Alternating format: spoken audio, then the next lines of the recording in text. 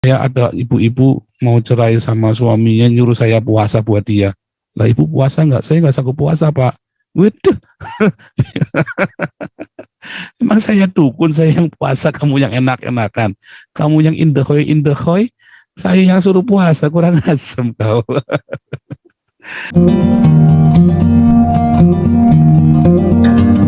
Jadi Anda yang melakukan, Anda jangan pernah mencoba mematikan karirnya orang, walaupun dia musuhmu. Ya, jalan aja. Jangan, aduh, matiin lu sekalian. Karena belum tentu apa yang dia perbuat itu sebanding dengan resikonya nanti dia terakhir ketika Anda bermain politik, berintrik-intrik itu. Ya, termasuk ketika ya seperti di depan mata itu yang memasukkan Ahok ke penjara hanya dengan kesaksian palsu. Oh, itu mengerikan sekali loh. Oh, itu bukan hanya Ahok masuk penjara, itu sampai menghancurkan keluarganya toh. itu itu bukan mitos ya. Jadi kalau tuh bilang Tuhan boten sare itu yang Ahok bilang itu tuh itu begitu bilang Ahok boten sare, itu saya langsung kata, iya, saya paham yang Ahok ngomong. Karena saya pun mengalami Tuhan boten sare. Tuhan nggak tidur. Jadi Anda yang melakukan hati-hati. Karena setiap intrik yang Anda lakukan, mungkin Anda tidak membunuh, cuma penjara saja. Cuma penjara. Oh, bukan masalah cuma penjara. Ya, itulah sebabnya Alkitab kita di Perjanjian Baru tidak ada perintah membunuh. Ya, tidak ada lagi perintah membunuh. Karena Roh Kudus yang turun masuk dalam hati manusia yang menaruh hukumnya. Sehingga kita nggak perlu hitung-hitungan dosa nggak dosa. Ya, kehidupan kita melakukan Torah itu bukan dosa nggak dosa, tetapi adalah metanoia. Ya, tadi sore saya baru ngajar itu ya di kelas ulangan ya. Nanti kalau Anda ikut kelas evangelis itu di kitab ulangan itu sebenarnya ada membedakan dua antara logos dengan rema ya. Tapi di dalam bahasanya Tuhan itu menggunakan kata aipon ya. Manusia itu menggunakan kata logos, makanya Yesus itu menggunakan kata logos karena anak manusia. Tetapi theos itu ketika berfirman menggunakan kata aipon. Nah, logos atau aipon ini ya, itu adalah yang membuat Anda punya dikaiosune ya, punya ginosko, punya kebenaran-kebenaran dan punya ginosko. Itu adalah aspek kognitif. Logos itu yang Anda baca itu ya, itu adalah kognitif, pengetahuan. Ya, gampangnya tuh gitu. Masuk ke dalam otak Anda menjadi pengetahuan. Anda baca logos jadilah pengetahuan. Itulah Torah. Torah adalah sebuah logos yang menjadi pengetahuan buat Anda. Itulah Alkitab kita. Dari Kejadian sampai Wahyu yang Anda baca apa adanya. Makanya nggak boleh meleset. Tetapi yang kedua, ya, di dalam ulangan, kitab ulangan itu, ya dalam bahasa Ibrani itu davarim. Artinya rema. Dulu kita pernah belajar logos dengan rema ya. Davarim. Davarim itu artinya rema. Rema itu yang membuat logos itu menjadi hidup. Rema itulah yang membuat metanoia. Di kaiosunenya itu jadi aletheia.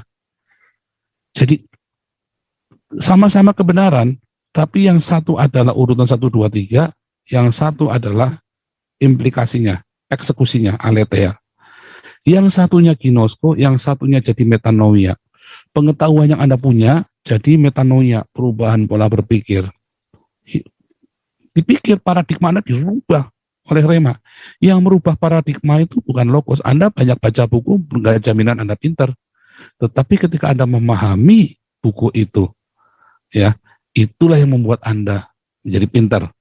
Anda membaca Alkitab tidak membuat Anda menjadi dewasa rohani, tetapi pengalaman dari logos itu yang membuat Anda menjadi punya metanoia, perubahan pola berpikir. Dan itulah yang menjadi iman kita yang menyelamatkan kita ya dalam setiap aspek kehidupan kita. Nah, saudaraku, ketika Tuhan Yesus berkata di dalam Matius 5 ayat tadi ya, ayat 17 ayat 21 sampai 26 tadi, kamu telah mendengar firman yang dikatakan pada nenek moyangmu ya. Itu kamu telah mendengar iPhone logos ya, iPhone logos, iPhone tapi yang logos. Ya kan? Tapi aku berkata kepadamu ya, Tuhan Yesus meluruskan, kembalikan kepada Torah yang benar. Ya, itu ada di dalam hatimu. Tuhan Yesus, kamu punya keinginan itu ya, kamu marah. Nah dari situlah pembunuhan itu. Torah itu harusnya membuat hatimu jadi bersih. Nah itulah masalahnya. Itulah masalahnya. Selama kita masih tinggal di dalam logos saja, maka hidup kita akan tidak produktif. Kita akan banyak ilmunya, gendut dengan wah kita jadi profesor, ya. Tapi kalau logos itu nggak pernah jadi rema dalam hidupmu, ya semua pengetahuanmu itu akan menjadi sia-sia, hangus. Karena yang penting itu adalah rema. Tapi masalahnya Anda tidak akan pernah punya rema kalau nggak punya logos. Jadi Anda harus punya logos dulu, Anda harus rajin baca Alkitab dulu. Bagaimana supaya logos itu jadi rema? Anda harus punya kasih yang melimpah. Gitu. Makanya banyak orang berhenti di logos, dia buat akal-akalan. Kenapa? Iya, pokoknya saya tuh nyumbang ke gereja. Sudah cukup, nanti Pak Pendeta suruh doain saya. Enak aja.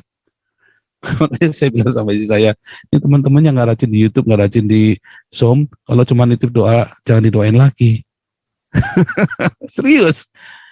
Kenapa? Kamu tuh jangan nitip begitu, nggak boleh. Kamu harus ikut doa. Ya, itu dulu saya pernah cerita ya, ada ibu-ibu mau cerai sama suaminya, nyuruh saya puasa buat dia. Lah ibu puasa nggak? Saya nggak sanggup puasa Pak. Waduh. Emang saya dukun, saya yang puasa, kamu yang enak-enakan. Kamu yang indehoy, saya yang suruh puasa, kurang asem kau. Gitu ya kan, hamba Tuhan juga manusia juga. emang gua cowok apa lu yang indahoy, gue yang suruh puasa.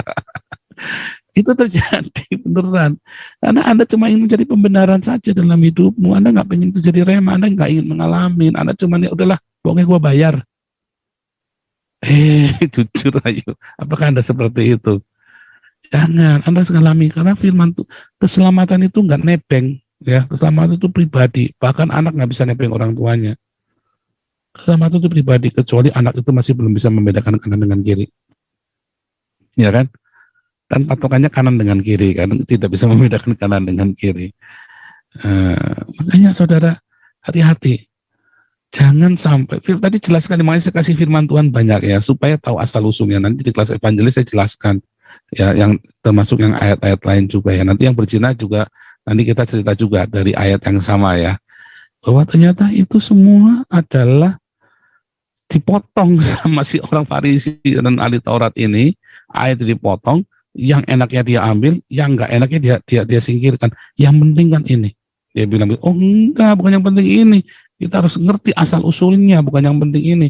Bahwa itu adalah hati kita. Ya, eksekusinya adalah buah dari hati kita, katanya Galatia kan. Eksekusi yang di lapang itu, yang nampak itu pembunuhan, kecemaran, itu semua adalah buahnya dari hati kita yang busuk, hati kita yang nggak benar. Ya, kenapa nggak benar? Karena baca logos, sehingga tetap hasilnya nggak benar. Logos itu harus jadi rema baru, nanti hasilnya benar. Tetapi Yesus pernah berkata, Matius 7 nanti ya, bahwa berbahagialah orang yang mendengar logosku dan melakukannya. Ya, berbahagialah orang yang mendengar perkataanku dan melakukannya. Ia seperti membangun di atas batu. Tapi banyak orang yang mendengar logos nggak melakukannya. Ia seperti membangun di atas pasir. Hidupnya itu seperti di atas pasir. Dia dengar logos, ya, dia nggak mau jadi, apalagi jadi rema. Dia nggak mau melakukannya. Dia cuma untuk mencari pembenaran dalam hidupnya. Hati-hati. Kiranya rema dari Tuhan Yesus pada pagi hari ini memberi terobosan buat Anda, sehingga Anda mengerti, ya, jujur kepada diri sendiri. Ya, Daud bilang apa? Selidikilah aku. Karena kita benar-benar ya, kita ini saking jagonya bohong, sampai kita aja percaya dengan kebohongan yang kita buat, toh. Manusia itu saking jagonya berbohong sampai dia percaya dengan apa yang dia bohongi, ya, kepada dirinya sendiri kan, menipu dirinya sendiri. Itu saya sering ngomong sama teman-teman yang kalau debat di Facebook itu ya, udah berhenti kalian untuk menipu dirimu sendiri, bertobat dari menipu diri. Saya ngomong sama saudara, berhentilah dari menipu diri, membohongi diri kita sendiri, berhenti, jujur, Ya, karena firman Tuhan itu seperti pedang bermata dua yang memisahkan semua akal busuk kita itu ya dari hati nurani kita. Haleluya, Tuhan Yesus memberkati. Oke, kita akan berdoa untuk proyek buku Pancasila kita dan untuk diakonia ya. Luar biasa diakonia kita. Saya hitung kemarin kami hitung ya. Kita kalau mau kasih makan 10.000 orang butuh 4,5 miliar setiap bulan. Kalau mau kasih makan 1.000 orang rutin setiap hari, kita butuh 450 juta dalam sebulan. Ya. Dan saudara tahu, Tuhan itu selalu gerakan orang-orang. Orang-orang yang berdiakonia ini, ya, coba lihat ya, orang yang berdiakonia itu mau orang kafir, mau orang ateis, mau orang agama apapun, kalau dia rajin berdiakonia, dia pasti diberkati hidupnya sama Tuhan. Amatin deh. Orang rata-rata pengusaha-pengusaha yang kaya, dia itu memang jiwanya itu pasti jiwa berdiakonia. Yang kayanya kaya menikmati ya, banyak orang kaya pelit medit, nah itu beda. Banyak ya kan, tapi orang-orang yang kaya raya itu biasanya itu memang dari mudanya memang dia biasa berdiakonia. Amatin deh. Karena Tuhan memperbesar kapasitasnya dia. Ya, haleluya. Kita akan berdoa buat proyek Pancasila dan diakonia kita supaya Tuhan juga lindungi. Ibu Lianti, bolehkah berdoa untuk proyek Pancasila dan untuk proyek diakonia kita? Orang yang di lapang, orang yang menabur, orang yang bekerja, timnya Pak Junias Tobing juga supaya diberkati.